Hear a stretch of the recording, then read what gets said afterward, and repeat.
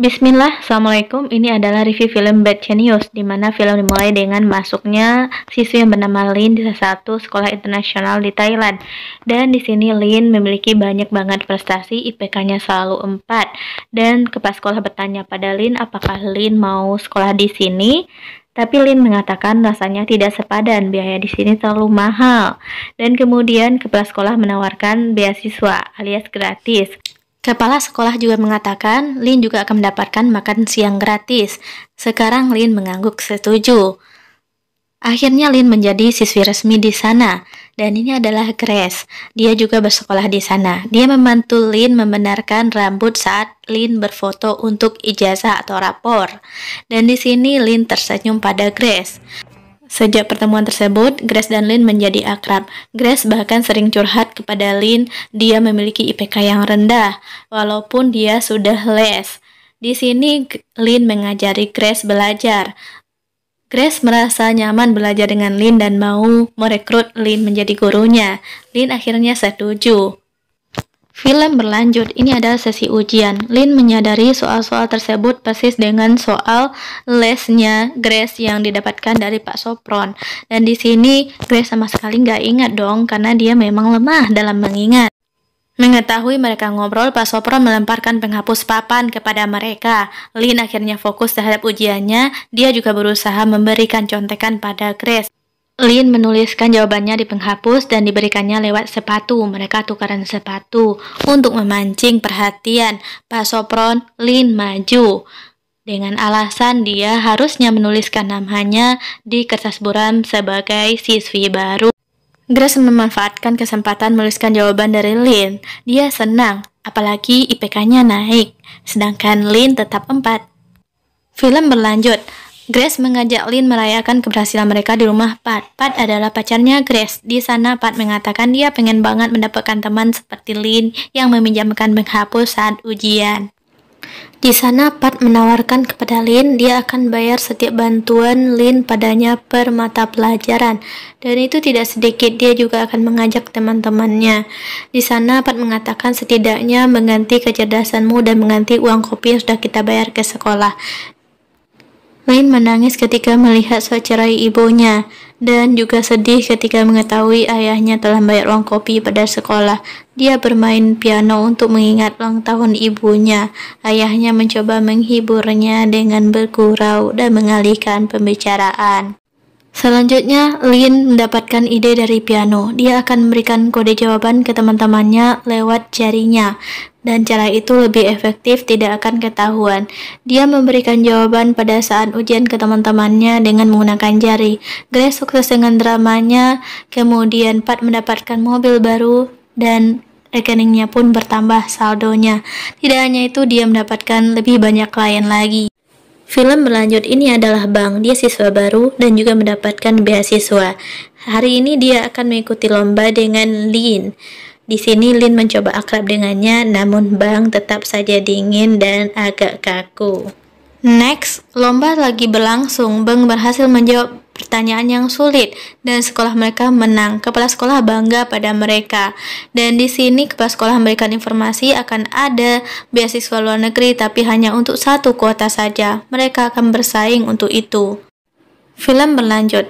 Bang adalah anak dari tukang jasa laundry. Dia selalu membantu ibunya mencuci pakaian. Keesokan harinya, Tong meminta contekan pada Bang karena dia nggak bisa belajar. Dan di sini Bang nggak mau dong meskipun Tong menawarkan untuk dibayar. Dan ternyata pada saat ujian, soal itu punya set 1 dan set 2. Di sini Lin dan teman-temannya jadi kewalahan dong karena nggak nyangka aja soal itu ada 2 paket. Dan di sini Bang memberitahu Lin kalau Tong berusaha mencontek darinya. Tapi tanggapan Lin biasa aja. Dia juga mengadukan itu pada pengawas ujian, namun begitupun pengawas cuma santai saja. Aksi Lin dan teman-temannya terus berlanjut. Lin berusaha maksimal untuk memberikan jawaban ke teman-temannya walaupun jarinya sudah capek, dan dia juga akhirnya mengerjakan lembaran Tong dengan menukar kertasnya dengan Tong. Waktu ujian habis, mereka selesai melaksanakan ujian. Tong nampak senang, Grace juga, Pat pun demikian. Semua klien merasa puas dan bangga pada Lin. Hal yang di luar dugaan terjadi. Lin dan Tong dipanggil karena diadukan oleh Bang. Di sana pengawas juga mengatakan nggak mungkin mereka mencontek karena di sana ada 2 set. Dan bukti ditemukan Lin bersalah. Ayahnya dipanggil ke sekolah. Kepala sekolah bertanya kenapa Lin mengatakan itu. Bang menjelaskan demi uang. Beasiswa Lin akhirnya dicabut karena kesalahannya. Kepala sekolah mengatakan sekolah bukan tempat mencari uang. Di sana Lin tersenyum agak mencemooh dan kepala sekolah marah dong karena ngerasa Lin tidak ada sopan santunnya. Lin menjelaskan sekolah yang meminta uang duluan kepada bapak saya yaitu uang kopi. Dan kepala sekolah makin jengkel dong sama Lin. Dia mengatakan kamu tidak berhak mendapatkan beasiswa untuk luar negeri, yang pantas adalah Beng.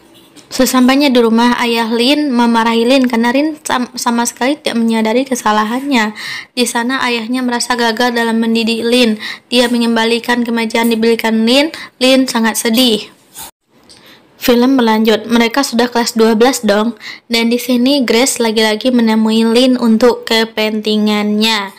Grace mendapat penawaran dari keluarga Pat bahwa dia akan menyekolahkan Pat dan Grace sekaligus di luar negeri, dan itu perlu mengikuti ujian STIK, di mana di sini Grace mau minta tolong kepada Lin untuk mengikuti STIK terlebih dahulu kemudian memberikan jawaban kepadanya.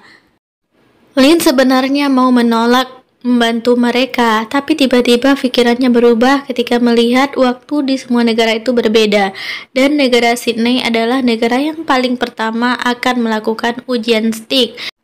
Lin mengatakan kepada Grace dan Pat bahwa dia akan ujian terlebih dahulu di Sydney, tapi dia hanya bisa mengingat separuh dari jawaban tersebut. Dia butuh bantuan orang lain seperti Beng, tapi sepertinya Beng tidak akan mau.